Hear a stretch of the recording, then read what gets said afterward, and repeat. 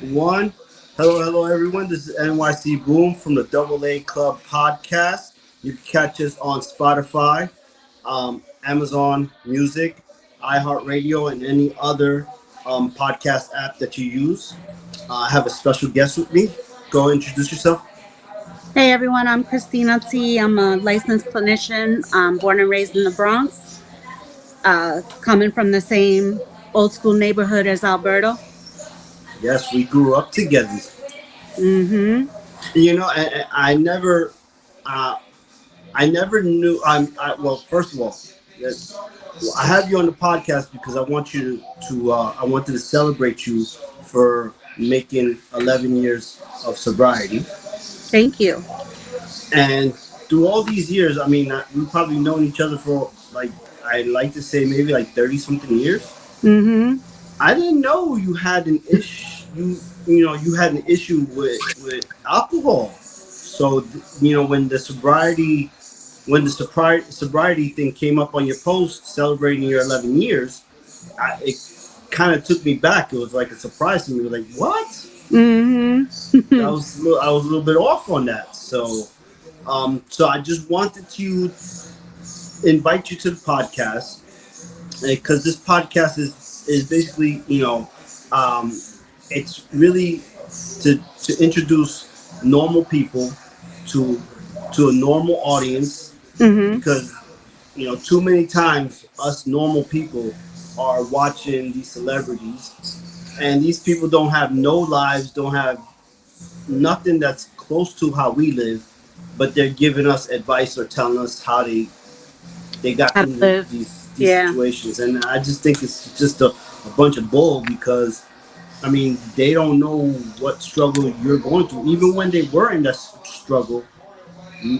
Now as a celebrity, they don't go through it anymore. So yeah, so that's I why did. I wanted to bring you in. Yes, I see you. You look perfect right there. Yeah. So tell us a little bit about yourself as you growing up and everything. Um, did you come from a single parent household or both parents? Actually, both. I grew up with both parents. My parents were married. My parents actually met in AA. They're both alcoholics in recovery. Get out of Uh, here. yes. Uh, So your screen keeps shutting off. I'm so sorry. It's okay. There we go. I All don't right. see myself on the top, by the way. It's like really, I don't know. Anyway, if you Oh, could see me, that's all that matters. I can see you. All right, good. So go on. Um, yeah, so my father was the super right there in Kingsbridge for 30 plus years. My parents met in Washington Heights in AA meeting. They were together about a year and then they got married. And right away I came along. And my childhood was not easy. I grew up like, I went right across the street to St. John's, and believe it or not, I was the only white girl in school. Get out of So here. Because yeah, yeah, yeah, I had a couple of friends who went to St. John's school, and yeah. there wasn't there wasn't a lot of colors in there when some of my friends went there. Oh, well, it wasn't like that for me. Okay. Which was fine. It's just like I just got a different side of like knowing what it's like. I will never say I know what it's like to be colored, but I know what it's like to be a minority, meaning, single from every different from everybody else in this situation. But that kind of fed my disease because I never knew who I was. Because all my friends were Hispanic and black, and I was Irish and Greek, but I didn't connect with the Irish kids in the neighborhood. The Greek girls didn't like me because I didn't speak Greek. I wasn't into the religion. So I I rested with the people that loved me and opened themselves up to me, and I was different from them, so I became what we would call a chameleon, right? Hmm. Like I could change my color no matter what. I could adapt to whatever situation, whether it's hood, professional, um, being tough, being whatever. I was just able to blend in. Well, you're a Bronx girl, so you should. We kind of have no choice, right? With rough exterior, with a tailor-made suit. You know what I'm saying? It's just rough. Hmm. That's how Mm-hmm. we are. Yep. Yep. So continue. So as how was the parenting rough for you? Like, did what were they abusive or like verbally or physically, or were they just absent parents? One of them were, or both of them, or how was it difficult for you as a child having both? Because to be honest with you, I mean, in our neighborhood, Right. not many of us grew up with both parents. You know, Yep.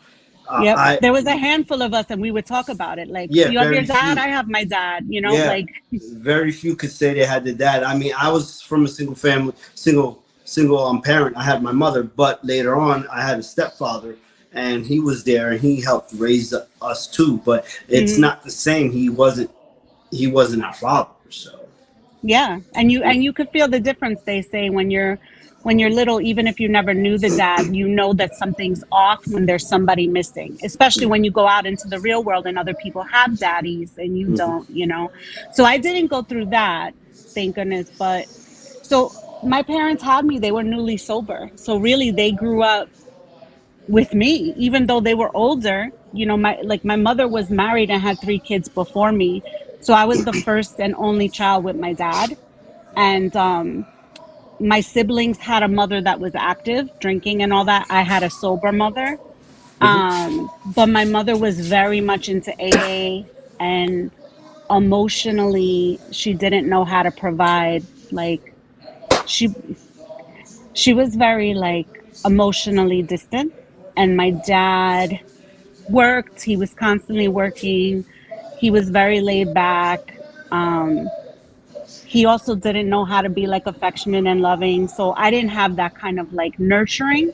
Mhm. um but there was a lot of calamity in my house. Like, my older sister got heavy into alcohol and drugs when she was like 14. Oh, at a So young age like that too. Okay. yep. Yeah. So I wasn't really allowed to be around her a lot. And then as I got older, she ended up getting sick and catching the virus, and Mm. Sorry to hear that. HIV, AIDS, and Yeah. in the early 90s, when it first was, like, starting to get known a little bit. Yeah. And my whole life shifted from there because she had to come live with us. I wasn't allowed to tell anyone what she had. We weren't allowed to, like, we didn't know how. We knew the basic of how AIDS was caught, but, like, we would have paper plates and paper forks, plastic forks and stuff. Nobody could come to the house. We wouldn't tell anybody what was going on. So I learned how to hide at a really young age, like how to lie, how to pretend everything was okay. Um, and so my sister stood in a hospital bed for 2 years in my house, and she died when she was 27 and I was 13. So, And mhm. sorry to interrupt you real quick, but I mean, like, how did that play out with like you and your friends growing up and stuff like that? In school and stuff like that. Like, how did that take effect too? Oh yeah. Like with your friendships and stuff like that. Well, yeah. So like I said, I wasn't allowed to have people come over because Yeah. they didn't want anybody to see that. Hmm. So I had a couple of good friends, best friends growing up. You know them. Hmm. And they knew what was going on, but it was only two people that knew the real deal, and everybody else, it was just, I acted like life was okay. Yeah. And I remember that, like, because I grew up with parents in alcohol in AA, my parents couldn't afford babysitting when I was little. So I grew up in these meetings. I was in meetings nonstop. So I was hearing What? so much stuff growing up: Wait alcohol, up. So drugs. you was in meetings even Yep. before you even touched alcohol, Correct. and Correct. with all the stories that you heard, it you still kind of drew into it regardless. Oh, it gets better. Yeah, I bet it will. I just because, like, for example, That's the irony of the disease. Like, the knowledge means nothing. I mean, knowledge is power, but when it comes to addiction, nothing. that's Nothing. crazy because, like, for example, when I was growing up, you knew who I was around most of the times, and all of them were older than me by 2, 3, 4 years. Hmm. So uh, I would learn from their mistakes. Like, Mm. they fucked up doing this talking to 3, 4 girls at the same time or whatever. I learned from those mistakes, and I was like, I'm not doing it. I'm gonna talk to these 3, 4 girls differently. I'm not gonna do it that way. And you didn't, I guess because you were still young too, so your mind was still maturing at the time and stuff. You probably ignored a lot of the stories. Oh, no, no, no, no. No. Is Actually, there is that's there a part of my. Go yeah? ahead. Is there a What? story that like you can remember that was like, holy shit, what type of fucking story is this? Yes. So there was so again, so growing up, I'm going to meetings in the 80s and the 90s. This is Yeah, when crack is coming out. yeah, People getting AIDS, they're shooting dope. yep. Like there's a It, lot of crime. All the it, meetings were in Washington Heights and Inwood. They're selling drugs outside the meeting. Like yes. it was crazy during that Every time. yeah, during that time, the heroin got out of the way, but coke and crack started Mhm. blossoming. Mhm. Yeah. So there was a lot of stories. But one that caught my eye, my mother took in my. So this is another part that's important. My parents helped a lot of people get sober, That's but great news. that's great. But with that, Yes. me and my nephew saw a lot of people getting sober, meaning detoxing and acting irrational and crazy. Like they would detox in the basement of my apartment. Like, That must have been um, horrible to see. I mean, And it you was and you normal. probably was hands on too, probably Oh helping and yeah. assisting. Like Oh, you wasn't donuts just and watching. coffee Yeah. and the vomiting bag. Yeah, no, I was in it. Bro, that's disgusting. I was in it. I was in it. And you're too young But to be doing that shit. of so again, my parents grew up in sobriety, No, no, so I they know. I'm no, I just know, but their mentality was like, oh, we're doing the right thing, not understanding what you're doing to your kids. It was, and I'm listen. That was part of my resentment and a part of the reason why I messed up a lot of my life. But now I'm over that. That's when we'll get to the 12 steps. I'll tell you a little bit about how yeah, that yeah. We'll transforms definitely your get into life. that. Um, so my mother took on this girl as a sponsee, and so she was taking her and helping her out and everything, and the girl and would hang out with me. She was only 10 years older than me, so I was 12 and she was 22, Mhm. and she was sober, but then I would go to her house and she would show me where she hid the vodka bottles. They'd be hidden in the bookshelf. Mhm. And she was married and she got pregnant, and my mother became the godmother to her kid, and Mhm. she went out on a bender and she sold the baby for crack. No way. You know something that's crazy because people think that that's bullshit because it's in movies. That stuff like that can't happen. But that shit happened a lot, especially in our neighborhood. You Yep. know? Yep. It took 2 weeks for her husband to find the baby. They found the baby, thank God, in time. But you said what kind of crazy stories? Those are the kind of stories. Like I was sitting in the room one day and um this woman was talking about her daughter that tried to commit suicide, and she jumped off the sixth floor roof and survived. So she lived Oh, her life with all broken oh, bones, that's wheelchair the bound. worst when you fail at something. Yep. Couldn't even do that right. And how do you do that wrong? It's 6 flights. Yeah. Well, when it ain't your time, it ain't your time, I right? guess Like, so. That's I like to know what God had a purpose for her because she really couldn't do anything after that. but she got sober and came to meetings and told her story. Wow, So, that's talk about crazy. transformative. Even though if you look at her, you see pain and suffering, you also see survival.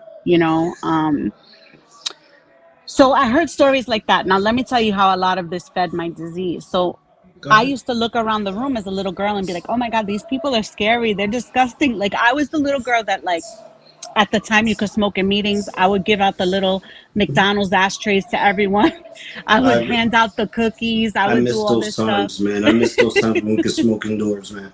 I do. Ditto. Ditto, although I still smoke, which is a one of my vices, but I don't like to smoke in the house because it reeks. But Uh, anyway, um, that being said, I would compare and be like, I will never do drugs because the drug story scared me. And my mhm. sister getting addicted to drugs and dying of AIDS, and all the people that she got high with died of AIDS, I was like, I will never, ever, ever do drugs. So I didn't. Mm-hmm. I mean, I smoked pot here and there. I did a little bit of ecstasy, but I never, ever to this day, ever picked up cocaine, heroin, any of that Mm-hmm. because I was scared. So I thought, well, if I drink alcohol, I'll be all right because I know enough about AA Mm. that I'm not going to be addicted. And a little bit more of a backstory, when my sister was dying, they sent the visiting nurse service to our house and they gave us a social worker. And that was the only person that I was able to be honest with because she was confidential. And she made such a profound effect in my life that I said, I'm going to be a social worker. And I started volunteering doing this kind of work from the age of 15 all the way to now That's because of that that's woman. that's amazing. Curious to know, did you ever bump into that lady after the fact, like when you became social No, worker, just to tell her thank you? no, I wish I did. However, there was another woman that she wasn't, I don't know if she was a social worker, but she ran um, this program for us. It was all for kids that had family members that had AIDS. And they would pick us up and take us to like Evander Child's high school on Saturday. And we would like play games, we would go on trips. But we were also, if we got chosen, we were part of Mount Sinai Adolescent Clinic, Mm-hmm. teen, like we would go to different high schools and perform skits on like safe sex, domestic violence, AIDS prevention, alcohol and drugs. But I was already started drinking at this time. So when my sister died, my first reaction the same night, I went across the street to PS7. Well, Mm. first of all, I went on to your block on 233rd when there used to be that bodega right next to your building. Yeah, and don't tell me you went to the back alley. No, I stole a 64 ounce of OE. Oh, okay. And this is my first drink, and I Yeah. ran up the hill. I met with a friend. We went behind PS7 to the back of Okay. the. Mhm. I guzzled the 40, even though all the knowledge, all the everything.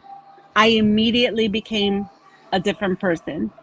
Once the drink was gone, I smashed the bottle. I was trying to hurt my friend, like I wanted to cut her. Like all the emotions I was feeling from my sister's death came out So, in as rage so you became an angry drunk on that first immediately one. on that first Wow, one. it's crazy because like when I was young, I mean, I started tasting alcohol. I I like to say around 8 years old. Hmm.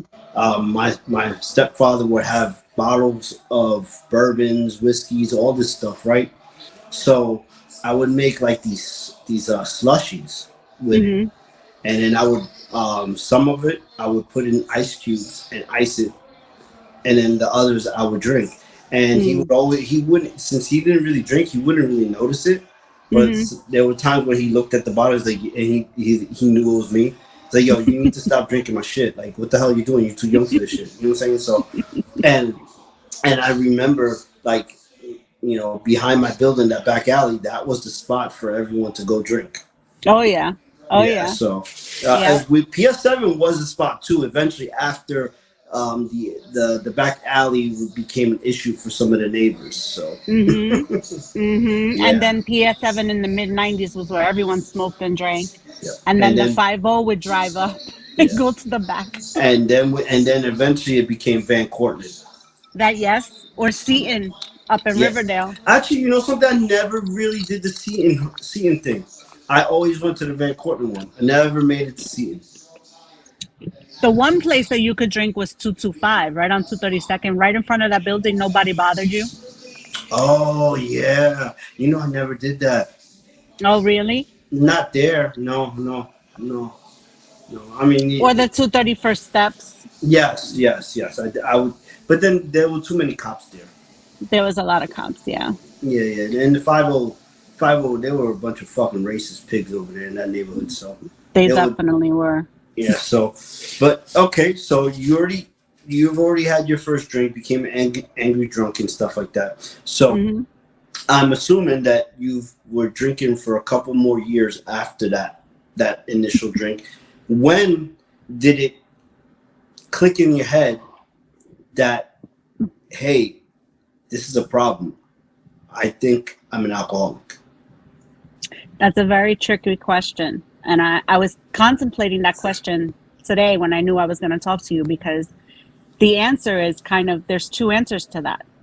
I kind of knew immediately, like I knew that my reaction to alcohol was not normal, and I had heard enough to know it's not about how often you drink or how much you drink. It's why you drink and how you react. I knew Gotcha. that somewhere in the back of my head, but I spent 20 years from then, from 93 to 2013, comparing myself to everybody else so that I can stay drinking. Well, he does coke. I don't do coke. Well, that one lost their kid. I never lost my kid.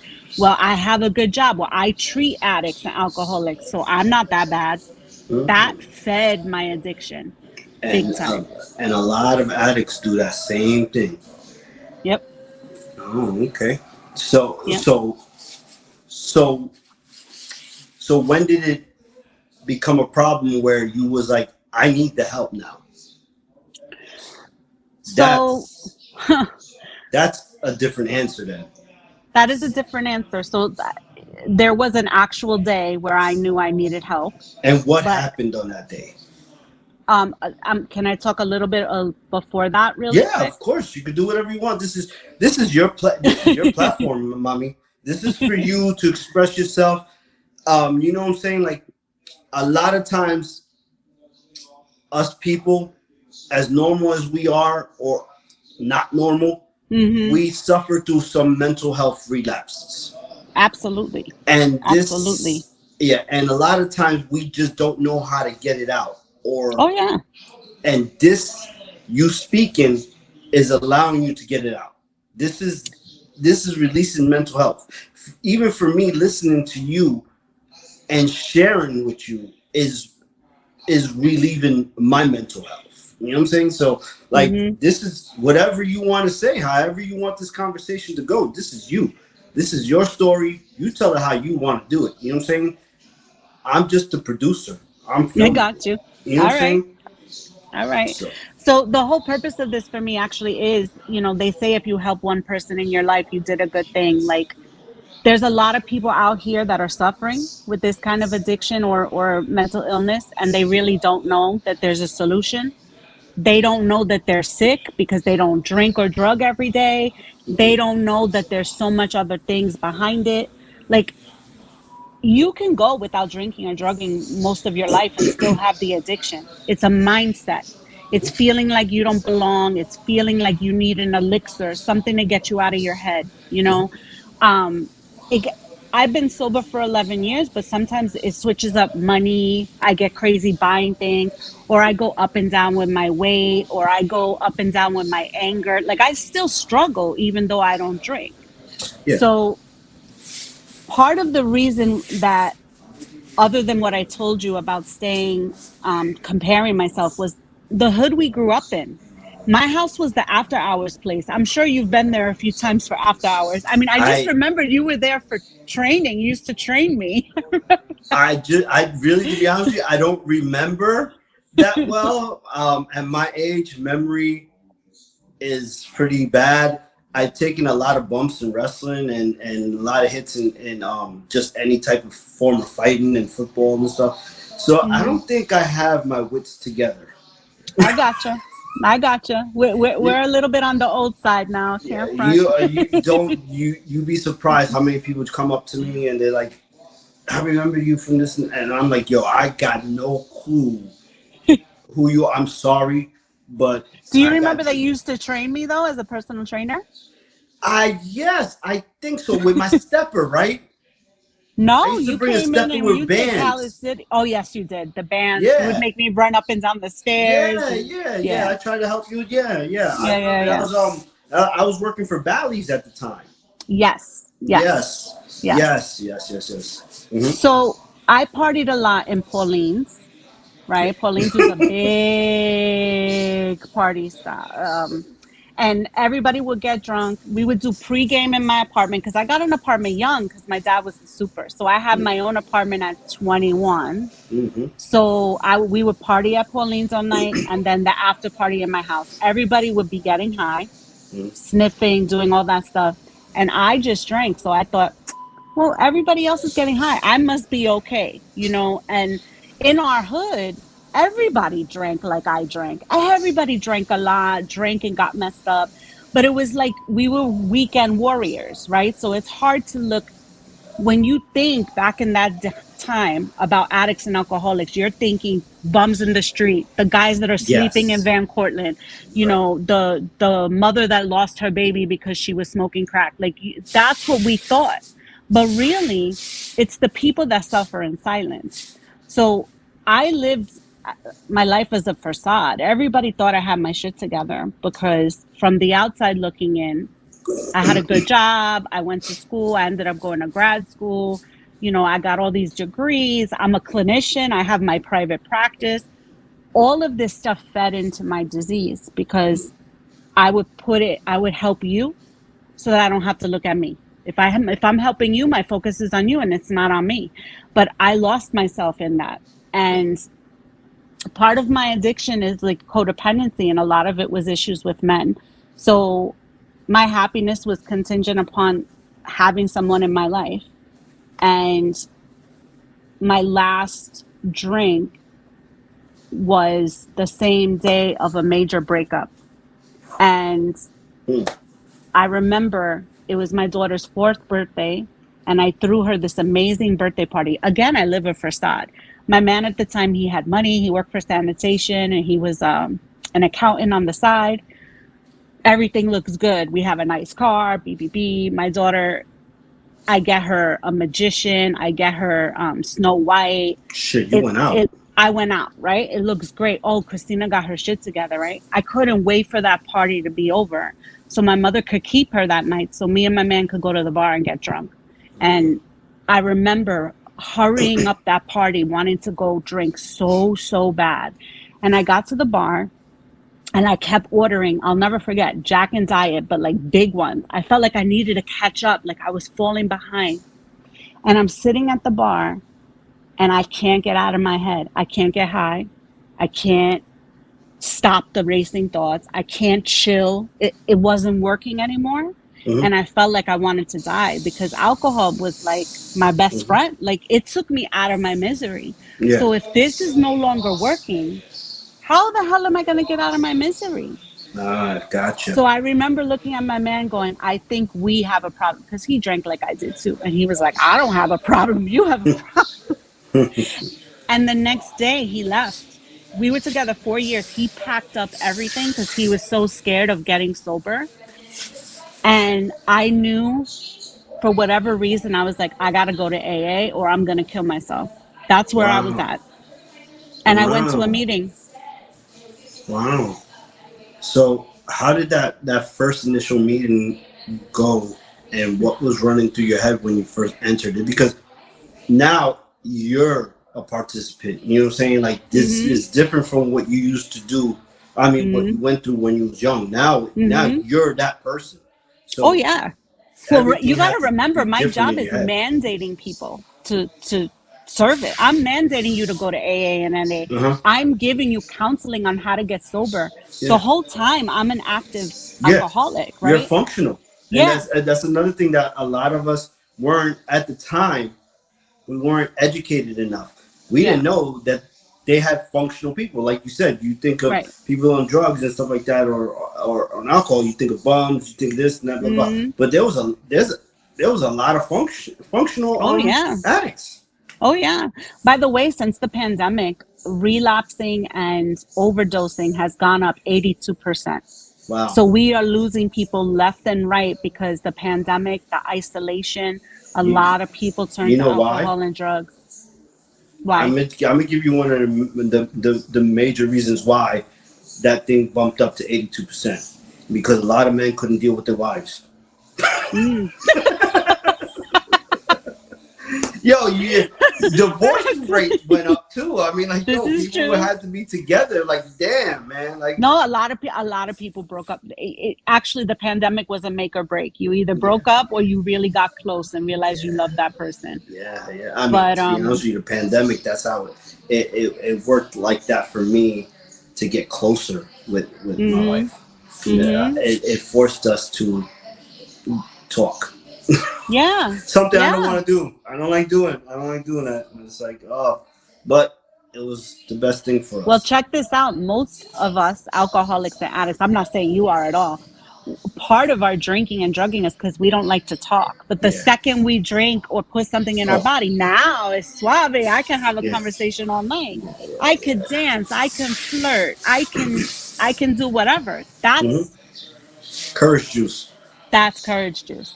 That really, you know, I not every time I drank bad things happen, but every time bad things happen, I was drunk.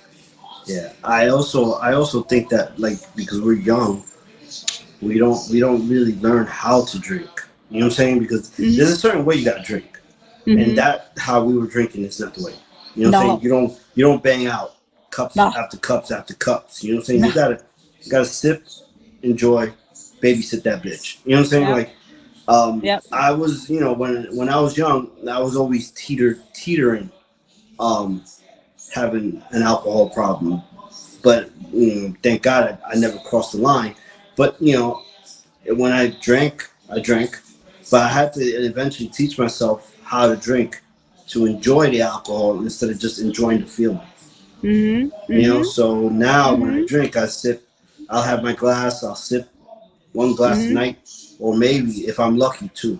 So I think it's all education and stuff like that also, Mhm. and I know at the time we didn't have internet, now we do, so it's completely different.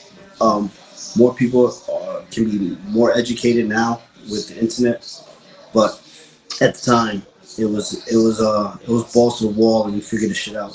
Yeah, for real. And you figure this shit out through your friends because Hmm. you ain't talking to your parents about this, or No, they, you're not. No, of course right? not. And then you're talking to your friends, but if your friends are partying and drinking the way you are, then nobody thinks anybody has a problem. Yeah, We're yeah, yeah. all good. Matter of fact, when I got sober, a lot of people pulled away from me because they were like, what the, like, if she's getting sober, what does that mean about me? And it Mm. made people very, very uncomfortable. And it was a very lonely existence for a while getting You sober. you know it's weird. I know you know Lamont, right? Yeah. That motherfucker's never had an alcoholic drink. Not even as a trick, never had one. Mhm. I tried to trick him Mhm. to have a glass of wine. It never worked. Never worked. He was always sober. He never Mhm. had a problem. You know, partying or getting along with people or whatever in that atmosphere. It's weird how if you get sober, now it's an issue. You know what I'm saying? Mhm. Mhm. Well, if if everybody knew Lamont as the one that didn't drink, then it wasn't weird. But if Lamont was drinking every day with you guys and then all of a sudden stopped, something's up, right? Like, A lot of people didn't even know he didn't drink. They just thought that he did, but he never drank. yeah. Yeah, he always had a cup of water. Yeah. I actually remember that, but I think his brother drank enough for both of them. So yeah, but yeah, it was weird. So go So I on. went into my first meeting and so in addition to drinking, I was very heavily into gambling as well. And Oh, because that's I'm a in, tough one. yeah, so because I'm a psych person and I study human behavior, I was really, really good at poker. I actually won my Oh, way to the World Series of Poker. get out of here. Yeah, I won my entrance. But it became convoluted. Like it was never enough, right? So I would win all this money and then I would go home broke because I would get so drunk or so like I just couldn't stop. So before going to AA, I thought I needed Gamblers Anonymous. So my first Mm. AA meeting I thought was a GA meeting, but it was Oh, actually an AA meeting. And I remember this big dude came up to me and he's like, "Take a seat." And I was like, "No, no, no, no, no, no, no, I don't belong here." Because I knew I needed help, but I didn't want it to be alcohol help. Like, I didn't want to give up the alcohol. And he was like, "Oh no, you belong here. I could smell the whiskey coming off of you." You drank right before going to No, the meeting? I was detaxing from the day before. He Oh, could damn. smell So, it through my pores. damn. You must have had some really good shit. So, yeah, I so go remember on. being so offended that I was going to curse him out after the meeting that I stood so I could curse him out. But because I stood, people saw that I was new. People came up to me. People came to talk to me. He came to me and was like, "You see this woman right here? She's going to be your temporary sponsor." And I'm like, "What?" Like, you don't understand. I'm a clinician. I know all about addiction. That's my specialty. I thought I Hmm. had it all done. I didn't know shit. I didn't know shit. I was a broken little girl when I walked in there, let me tell you. So Yeah, knowledge is power, but it also can be very damaging if you think you're too smart for your own good. agreed. Yeah. So it was awkward for me to ask for help. It was awkward for me to give up the facade, like, you know, I know it all, I'm so smart, or I'm not that messed up. I compared myself for a long time. But the one thing I knew from growing up in AA was like, you got to do service. You got to help other people so you could get out of your head. And I started taking on commitments and talking to other people. And I started joining meetings in the hood that were late at night so that when I had the craving to drink, I was with other sober people. Um, I avoided walking Broadway for the first year of sobriety Hmm. because I didn't want to. I That's a didn't want to pass that's the a very bars. good choice. You didn't want to pass all those I bars. didn't want to Yes. pass the bars. I didn't want to see one of you guys outside smoking a cigarette, like, yo, come have a drink. Because everybody, Mm-mm-mm.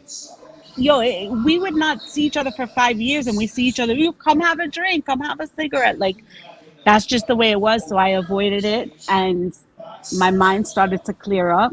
And I started to realize how sick I was and how, yeah, I was depressed. I was anxious. I had a lot of trauma that I didn't resolve from growing up. I saw a lot of death. There was a lot of stuff that I drank over or that I drank to forget. And so stopping drinking is only part of it. If I suggest if anybody thinks they have a problem and they go to NA or AA, really getting to connect with other people and start doing the step work, because that's where you change your life. The That's where battle, you, yeah, the battle still continues. It's oh, never ending battle. it's insidious. It goes on forever. They Yeah. say they have these corny lines in AA, but they're actually true. Your disease is in the parking lot doing push ups, constantly getting stronger. Mm-hmm. So you think that you're over it. Part of this disease is your mind telling you you don't have a disease. So It's I true. I could be sober for so long. Every once in a while I'm like, I don't think I have a problem. Yeah. And you was doing And that for then years. I gotta play the tape through and be like, girl, I used to walk home from Pauline's with no shoes. I used to wake up in places that I didn't know where I was. I would be this white girl, 5 o'clock in the morning, walking through the projects in Harlem. But I'm chilling, like I had it like that. Like, the one good thing about being the chameleon is, though, I learned Spanish because I loved bachata. So I got Mm-hmm. into bachata and brugal, and I used to go to the pool hall in 207, Guys and Dolls, Mm-hmm. and that with tea and all of them. And that's how I learned Spanish. That's how I felt the most comfortable. But I still didn't know who I was. I just became Dominican for like 10 years. So, so now that you're sober, right? Have you accepted your identity now? Oh, Have you yeah. figured it out?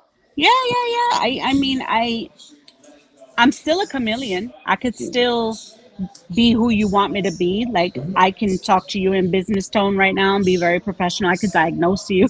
I could analyze you, or I could throw down with you. I still have the different parts of me, Mm-hmm. but I'm more comfortable with the different parts of me. Whereas before, I didn't want to feel anything. I was embarrassed of who I was.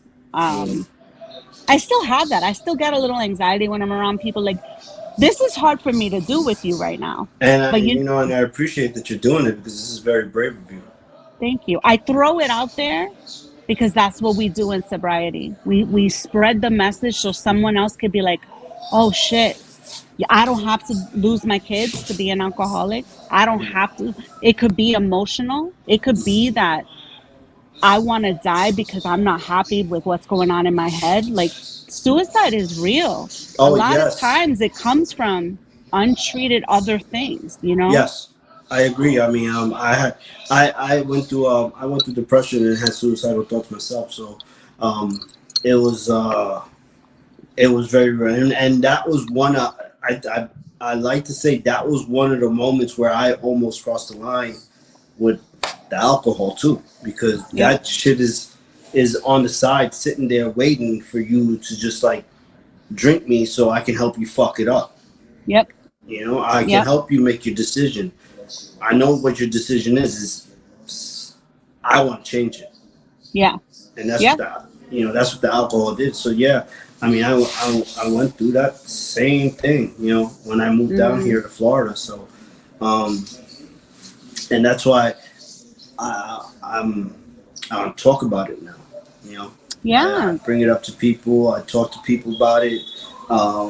Even I've spoken to several men about child custody and stuff like that because I have, Mm-hmm. I don't have my kids, but I share it. It's Mm-hmm. 60-40. So I get a good majority of time with my kids. They stay with me. I help raise them. I put money whenever I can to help them. Mm-hmm. So, and a lot of men I know from being in New York, a lot of men in New York, especially, they don't want to go through that stuff. They don't want to go to court. They don't want because they know that's you, that's hangman. You getting hung up, and that's it. You Yes. done. You done. Yes. Yes. So, and I tell men, you need to fight it. You need to fight it for real. Put that money down. Fight for your kids. Put some time in. See your kids. Trust me, you need to be there. You know, and I think with more fathers and even more mothers allowing fathers to be fathers, Mm-hmm. we can help this new generation from having these type of illnesses and stuff like that. We can stop the trend of the family, of what the Yeah. family continuously does. Well, it's generational trauma. That's Yeah, that's the exactly. realest thing you could say. Like, Yeah. the reason it's generational trauma is that if you grew up and there was so much chaos and calamity, but that's all you knew, Hmm. you don't know that that's wrong. So when You you're know. raising your kids, you're raising them with chaos and calamity because that's all you know, and everybody around you acts the same. So we're just Exactly. passing it on and passing it on. You're lucky Exactly. when it comes to alcoholism, you're lucky you don't have the allergy. That's, you have the environment, but you don't have the genetic addiction, thank God. So Yeah. that's why you didn't cross that line. Yeah. But a lot of us, we have the allergy and we have the environment, and that's like a double-edged sword, you know? Hmm. Yeah. And it is so true because, like, for example, like you said that your parents didn't, you was the first child. They didn't really know how to be parents. They were still young. My mother didn't know how to be a mom. She used to beat the shit out of us all the fucking time. She'd Mm-hmm. catch us taking a shower, whip the fuck out of us while we wet, soaked Mm. up. So my mom didn't know. And when I became a father, and I had to, I was demonstrating the same shit with my kids, Mm-hmm. and I had Mm-hmm. to sit down one I don't one one day it just hit me where I was like, yo, this is wrong, and I know this is wrong, and I know this is not how I want to raise my kids. Mm-hmm. So I had to like change everything, like learn how to listen to my kids, learn how to talk to them differently, Mm-hmm. and that changed my relationship with my kids. And that also, when I did that, it made me think of, my mom really didn't do a bad job being a parent. She just didn't know anything better. That's Yes. just that's just how she was raised. She was raised in a farm in Dominican Republic with like 10 Mm-hmm. other kids. Everyone had to work, and if you didn't work, you got your ass whooped. You know what I'm saying? Like Yep. that's how they showed it. Yeah. So I can't fault her for that because that's what she knew. You know what I'm saying? That's a So saying. There's a saying we have in treatment where it's hurt people, yeah, right? So, like, if your mom was a hurt little girl and did it, that's how she was showed love. That's how she was shown discipline. That's all she knows how to show you, exactly. and it's our generation and hopefully the generations after us that there's more knowledge out there now. There's more acceptance of mental illness. There's more understanding of addiction. There's more, like, it's okay to be a grown man and cry. It's okay to be a grown man and say, I had suicidal thoughts. Matter of fact, you saying that out loud probably helped 10 other guys that would never, ever even think to even mention that. Yeah, and It's awareness, it's I've spreading it and letting people know it's okay. I've told the story to people. I put the barrel in my mouth and I was in a park and I Oh wanted to my shoot myself and God.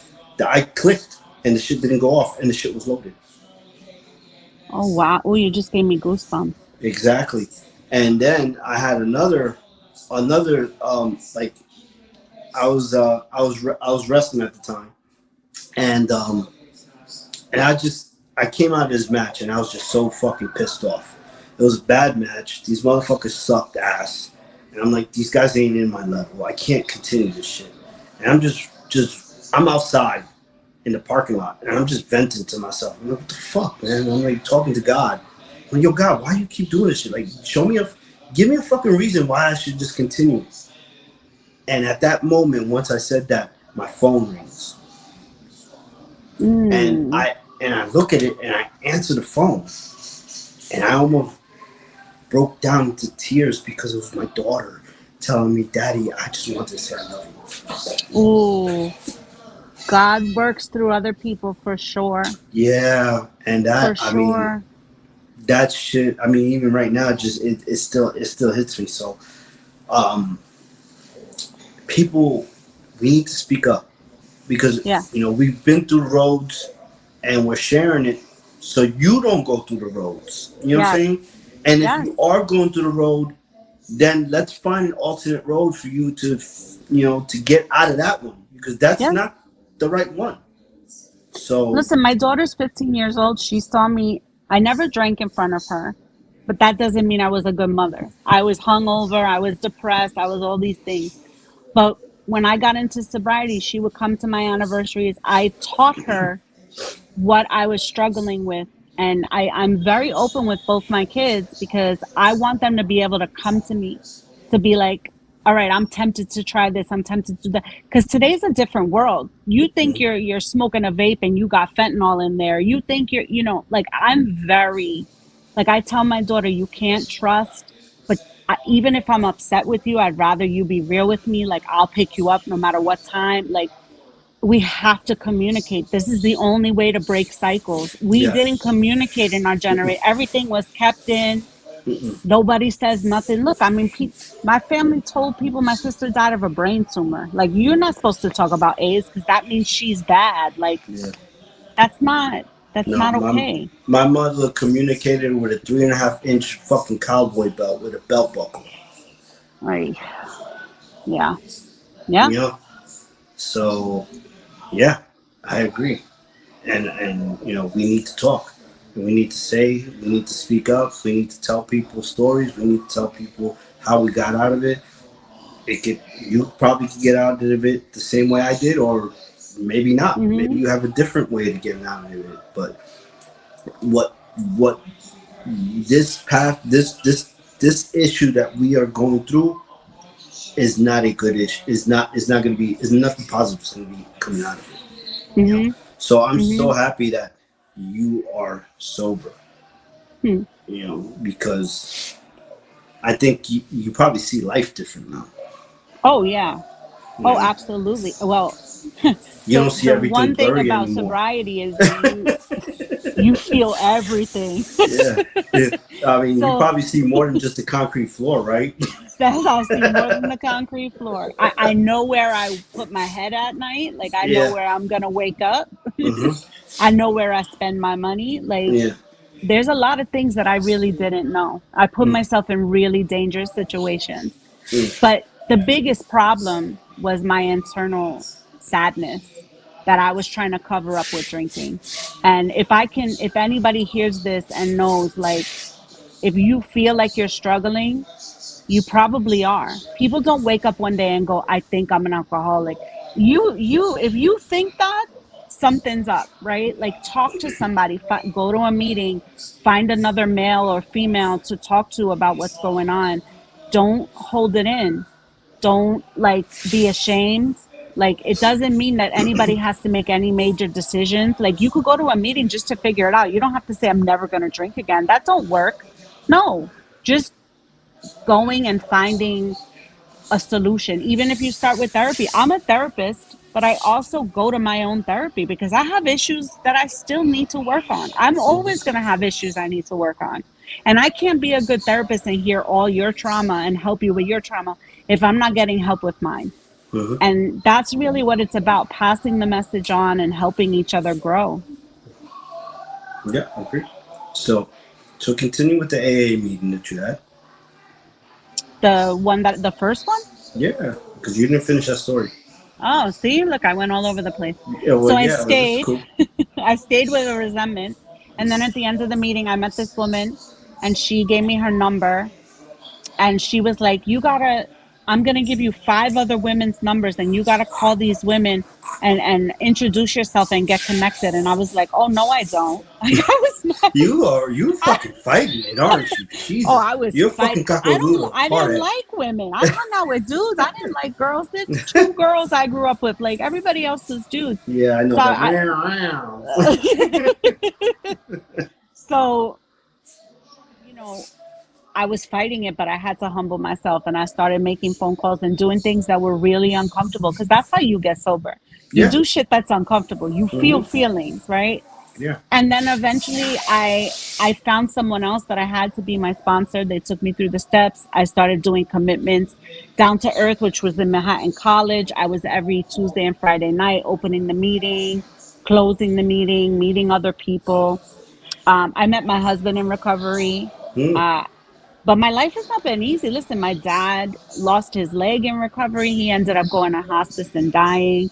My husband relapsed several times. Mm. I had a baby in recovery. Like life happens.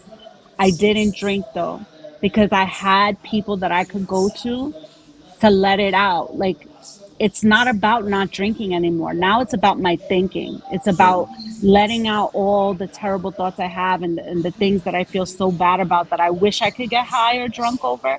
Now I just deal with them. And that's a blessing. That's a Mm-hmm. blessing. Yes, it is. So I know earlier you mentioned about men and dating with your alcoholism, right? So explain that. Go into more detail now how that affected you in alcoholism. Okay. So I have codependency. Mm-hmm. So that means that I want to find someone that's a little sicker than me so I can save them and rely on them getting better so I don't have to look at myself. I also felt like I needed a man in my life to give me some sort of identity. And my dating was like, I would call it the rollover effect. So if I'm in a relationship with you and things start to go sour, I already have someone else lined up so that when we break up, I roll right into the new relationship. I did that my whole life. So I was never single and I was never sober. So everything I did, like, granted, when I say never sober, I went to work sober, I did stuff like that. But Mm. when it came to partying and sex and communication and all that stuff, that I had to drink to do that. So I had relationships like my daughter's father, who's not in my life anymore. I was dating him on and off for 3 years, drunk. Like he was my drinking partner. And then we had a baby, and I stopped drinking. I didn't get sober. I just stopped drinking Mm-hmm. and didn't even know that I was all messed up. And now I'm going through pregnancy with a man that I realized I didn't even really know because I only knew him drunk, like seriously. Yeah. So when I got sober, I had to learn who I was. I had to learn why I thought I needed men so much. Like, I, I should be with a man because I want to, not because I feel that I need to. Mm-hmm. Um, so I had to learn about that. So initially I took that with me into the program and I started dating guys in sobriety, which you're not supposed to do in the first year, but I was still crazy. Like my mind was still all messed up. And when I was hit 2 years sober, I said to myself, I'm going to go 1 year without dating. Nobody, no sex, nothing. And I went 1 year and I got to Rough. know Christina, rough. And I got to know Christina and I met my husband, but I met my husband as a friend. And I was able to be platonic, not sexual. I didn't even look at him like that. We were straight friends and we became best friends. And by the time we realized we liked each other, we were already in love.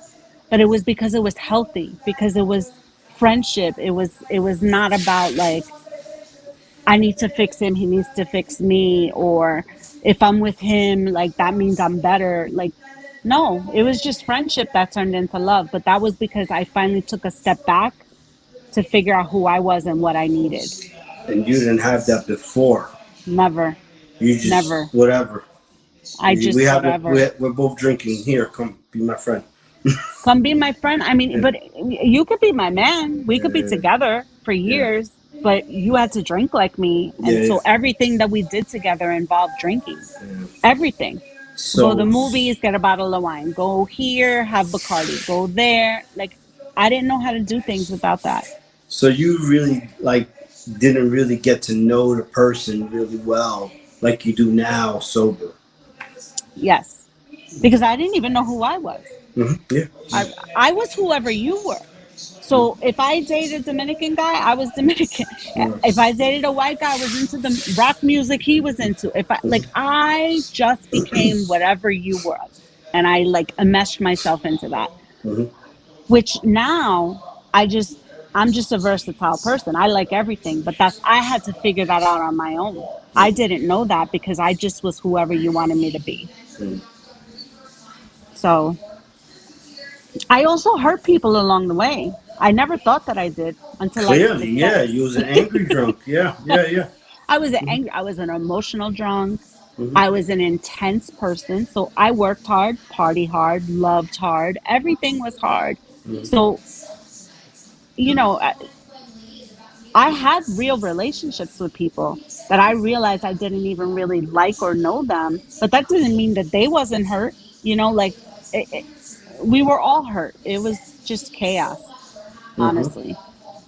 Anything that you did during your alcohol phase that you wish you could take back on, like, maybe you hurt somebody, uh you know it was out of character, it wasn't warranted, or maybe you did something that you wish you could take back. Hmm. There's a lot of things I wish I could take back. Okay, A give me lot. one. I don't want to go. I don't want to Um, put you through the list. the biggest one, and this might seem simple, but I drove everywhere, and I Yeah. drove people everywhere, and I would pack up my car and I would drive blasted out of my mind, and I put all these people's lives at risk. And if I could take anything back, I mean, by the grace of God, nobody died, Driving but drunk. I drove drunk every time I drank, every time. I knew a guy who he didn't drive drunk all the time, but when he did drive drunk, he drove better. I'm dead serious. More I don't know alert. how. I don't know how, but he drove better. He actually drove the speed limit. He signaled when he turned. He stopped on the white lines before he hits the lights. Like, the dude was like a driving instructor when he was drunk. I don't know how. He was the only guy would drive completely straight, would not swerve, nothing. I'm like, When I was bro, getting how, my how you do that? master's at Fordham, I would write my 25-page papers with the fifth of vodka, and I would get A's in my papers. But if I Damn. wrote that shit sober, I wouldn't be able to put any pen to paper because I You didn't think know how to so? do anything. All right, No. but now, if you can redo your thesis right now, right? Do you think you could probably write up a better thesis than you did when you was drunk? It's a good question. It is a good question, and you know something? It's something that could probably you could challenge it. Be like, you know something? I am a better version right now, and I can prove it. I'm gonna write a better thesis. That's a good idea, actually. It is a I great I idea. I thought of it. probably could. Yeah, you did. You thought of I it. know. I'm incredible. I'm fucking smart. Oh, My ego is not my amigo.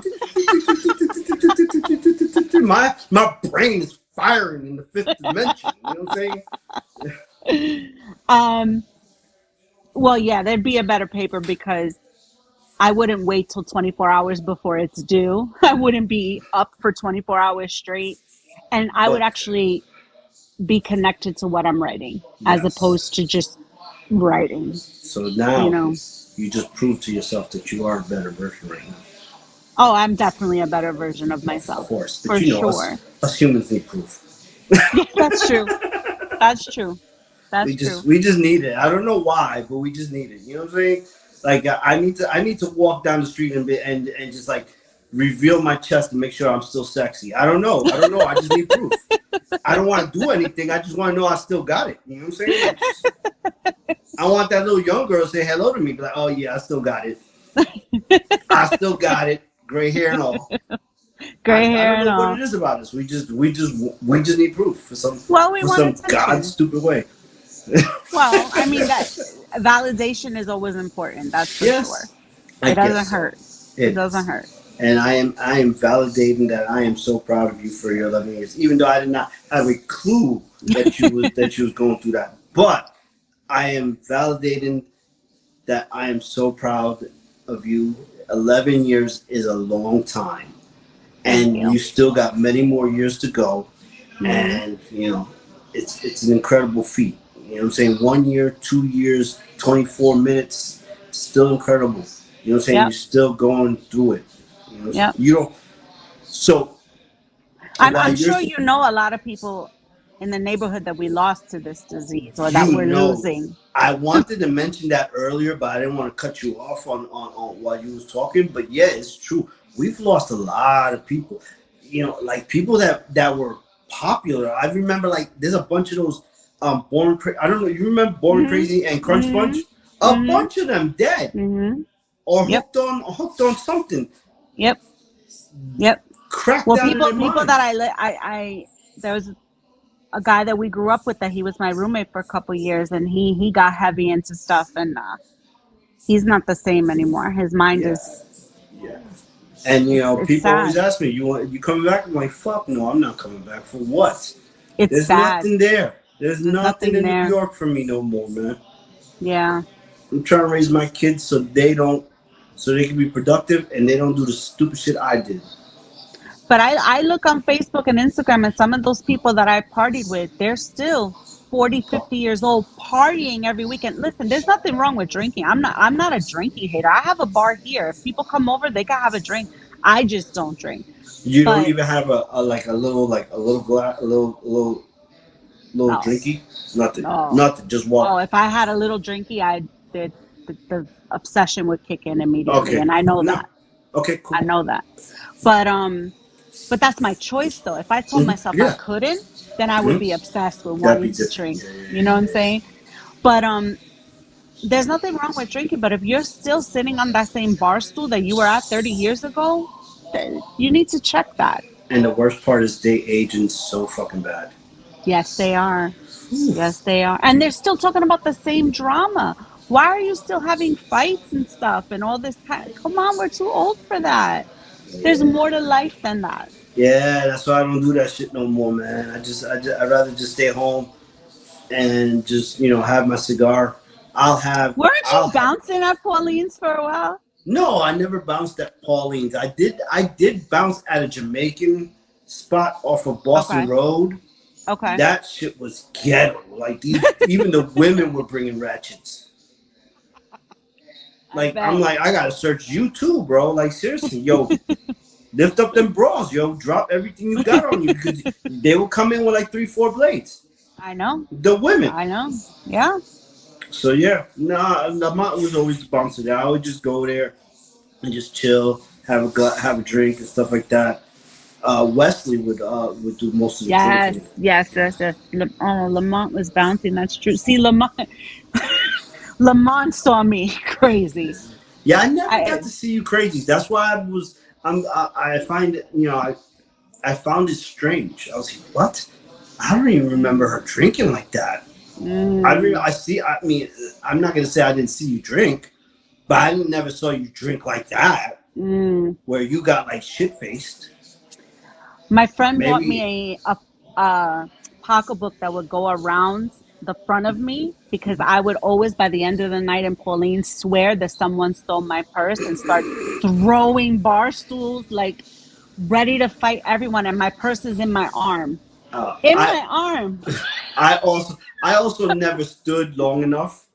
To see the Yeah, I insanity. never stood there to the closing, man. I always left way before it. It wasn't. Yeah. I don't know. To be honest with you, it wasn't my crowd. Yeah, I gotcha. Yeah, I was already grown out of that and stuff like that, and I just didn't want to be bothered with this stuff. I'd go there to visit Lamont, and that was it. You know what I'm saying? Chill with Yeah. him, and then I'd just go home and just whatever. Live your life like a normal person. Yeah, I guess so. Yeah, if you want to. Yep. Yeah. Yeah. So so how do you think that your parents being AA that affected you? You really think that that's like DNA and stuff like that? Oh yeah. Oh, Yeah, genetic. Oh, for genetic. my mother's one of eight. 6 out of 8 have this disease, and Mm, four out of them have died directly related. mm, So yeah, no, it's all over my family genetically. okay. And you're Um, breaking the cycle. I'm trying. Well, I'm you're doing trying. it. I mean, hey, give yourself kudos. It's already been 11 years. You're still trying. Yes, we understand that, but you're doing it. You know what Yeah. I'm saying? Yeah. Just like a soldier who goes to war. He's going to war, right? He's doing it. Yeah. Regardless of how the war's turning out. He's still alive. He's not dead.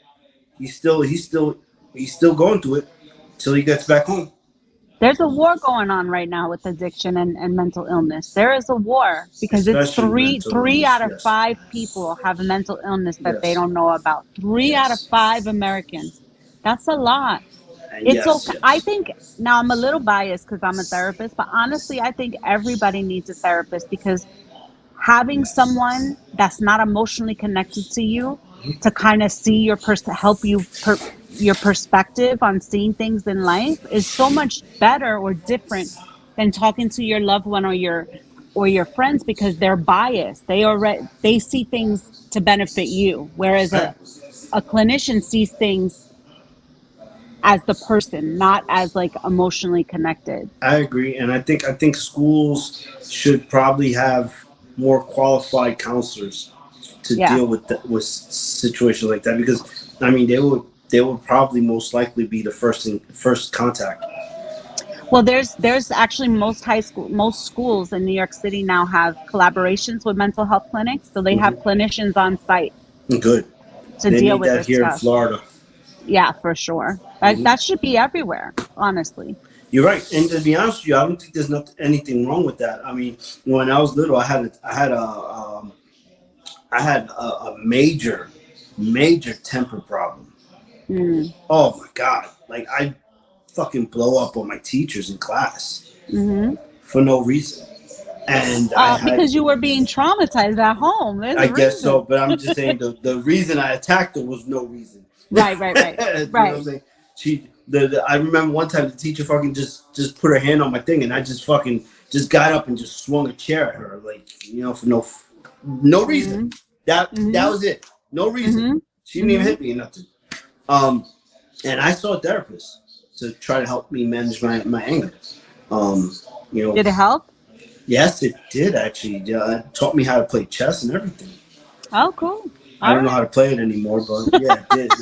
I Well, was that's pretty just because good. you're old and your brain Yeah, cells are gone. yeah, yeah. I was pretty good back then. I was pretty good, but yeah, no, it was very helpful because eventually, once you crack that wall, and you're not scared to talk to this person because now you're seeing them on a regular basis, and there's nothing else to do, so might as well talk. You know what I'm saying? Hmm. Like the first couple of sessions, first 2, 3, 4, 5 sessions, you're probably not gonna say nothing, but No.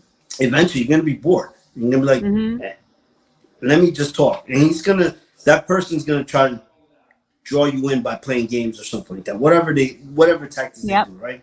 Eventually, it's gonna draw a conversation, and then what happens is you share a little, and you notice that it's not going to your parents, so you're not getting in trouble. This and that, all this Mm-hmm. stuff.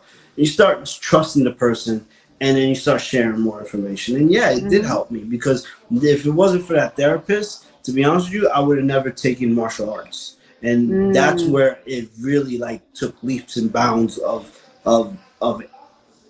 managing my temper, and Mm-hmm. that's how I got into sports and everything because of that therapist. That Mm. therapist helped me try to um, to to to to shift Mm-hmm. my anger to Mm-hmm. something else, all my Positive. energy on something else instead of school and people, all these innocent people. You know what I'm saying? All these people that really are trying to help me.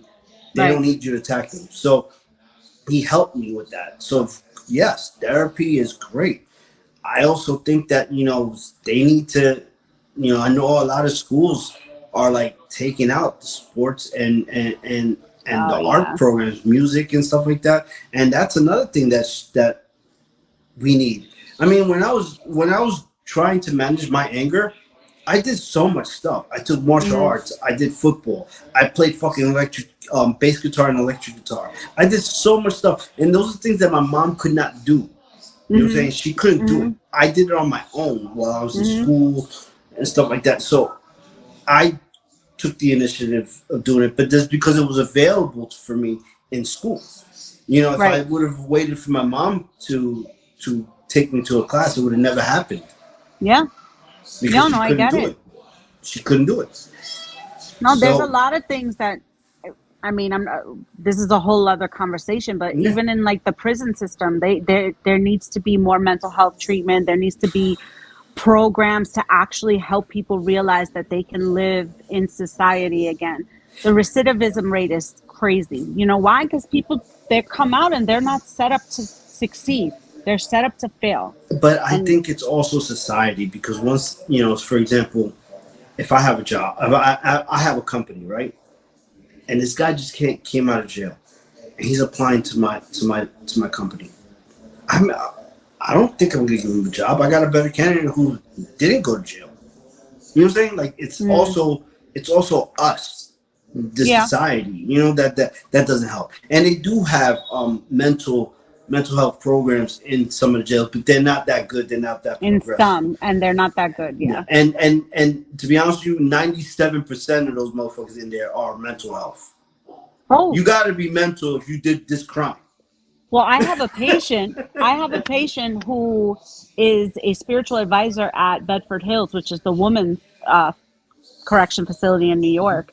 And she did a survey, and out of the prisoners, 96.7% of those women have trauma, have Yeah. PTSD.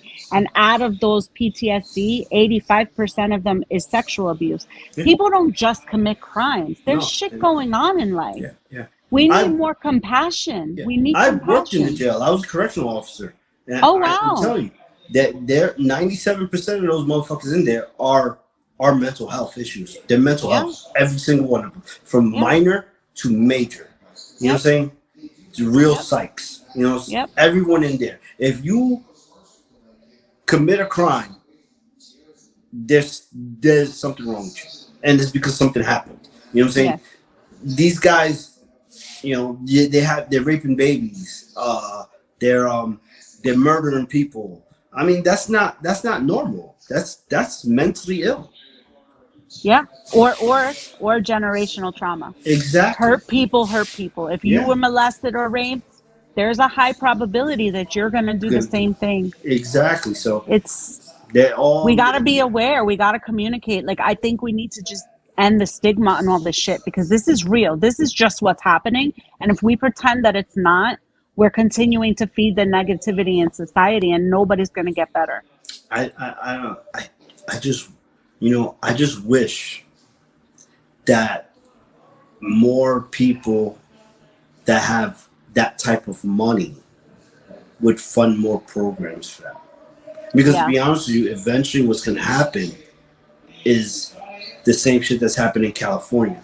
All those rich people are leaving California because they're being raided, they're being mugged, they're being Mm. robbed. They're doing, all those people who have mental health issues are now entering the area where these rich people stay. Mm. And it's gonna happen everywhere if, Hmm. like you said, if it doesn't get get Well, that's fixed. another whole other topic. Yeah, How do people exactly. survive in America right now? You need two six-figure incomes to feel like you could breathe. Like, Oh, bro, Walmart it's is not even cheap crazy. anymore. No, it's not. It is not. I just, oh man, it's painful every time I see my paycheck. It hurts. I It get it. hurts. Yep. Yeah. Yep. So, but yeah, it's rough. It is rough. But so, how do you feel now being sober? Um, I do feel proud of myself. You You know, it should took be. me a long time to feel proud of myself.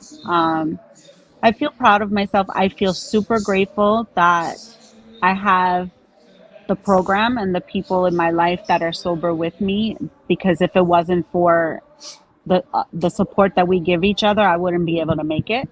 And a lot of it is having a higher power. Like, it doesn't have to be God, but for me it's God, you know, just like thinking outside of myself. I don't control the world. Part of me used to think I controlled everything. That was the, like, if things didn't go my way, I couldn't handle it. And now it's none of my business. I let things roll off of me a lot easier.